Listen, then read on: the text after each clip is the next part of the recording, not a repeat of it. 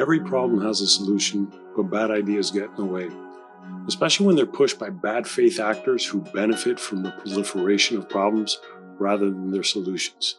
For example, career politicians, and worse yet, theocratic dictators who would rather watch their people suffer and die before letting go of absolute power. It's a shame life works this way, but it does.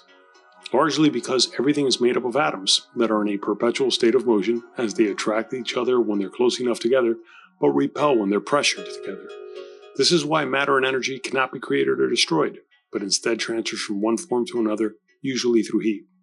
And this is ultimately why every biological organism needs to feed off other forms of life. It begins with plants converting light into chemical energy through photosynthesis. Then insects feed off those plants, and then those insects are eaten by other animals that eat each other in a progressive hierarchy of a food chain. It all seems quite cruel and unjust to most children when they first learn about it in school, but completely forget about it later once they eat hamburgers and chicken nuggets their parents buy at fast food chains, the epitome of the food chain itself. Reality is very counterintuitive to our limited senses, namely our emotions. This is why our most primal survival instincts can betray us to do the opposite of their intention. And because most people can't accept or even understand certain aspects of reality, we as a species have created numerous narratives and creation myths that have melded into unquestionable ideologies, namely religions whose followers don't dare question or stray from. And people usually don't stray from these religious narratives and the social groups they create because we're inextricably interdependent social creatures that need one another in order to survive. Yet as dependent as we are upon each other, we're just as tribal and competitive. And the slightest differences between groups can create reasons for conflict, where tribes would rather compete and kill for resources more so than cooperate and share. But then again, there's a time and place for sharing, and there's a time and place for self-responsibility, and often that distinction gets conveniently blurred and exploited, often by selfish people who would rather take than give.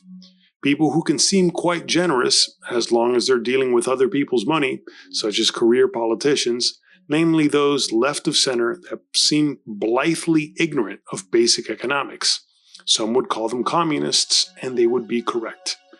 But on the opposite end of our bipolar political spectrum, there are right-wing politicians and leaders who hold on to power thanks to religious narratives that are demonstrably false, but extremely convenient in keeping people in line. Long before the Chinese communist social credit surveillance systems, the mere idea of an all-knowing, all-powerful supreme being watching your every move was a very effective tool to keep the masses from breaking the most basic laws of societal order. Nowadays, even secular philosophers and atheist commentators, especially those who want to build a following on social media, use a common excuse about religions that sure, they're literally false, but metaphorically true and therefore useful. But this excuse needs to be called out for the harm it does overall. No one needs to base their lives and worldviews on falsehoods, and much less the magical thinking and delusional decision-making this engenders.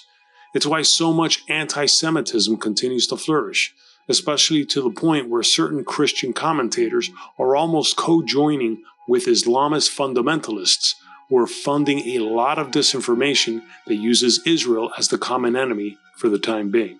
And many of these Islamists and even Christians are also joining forces with communist-thinking activists to undermine social cohesion. It's been done before, in Iran under the Ayatollah Khomeini when his followers overthrew the American-backed Shah of Iran in 1979. Things did not go well for the Marxist-minded useful idiots who helped that murderous regime acquire power. But all of these social upheavals, especially the predictable ones, can be dramatically minimized and, dare one hope, come to an end if more people accepted reality for what it is and stopped living their lives through the prism of false narratives and ruinous economic ideologies that promise equality for all, but the only equality they create is scarcity, oppression, and human misery for everyone.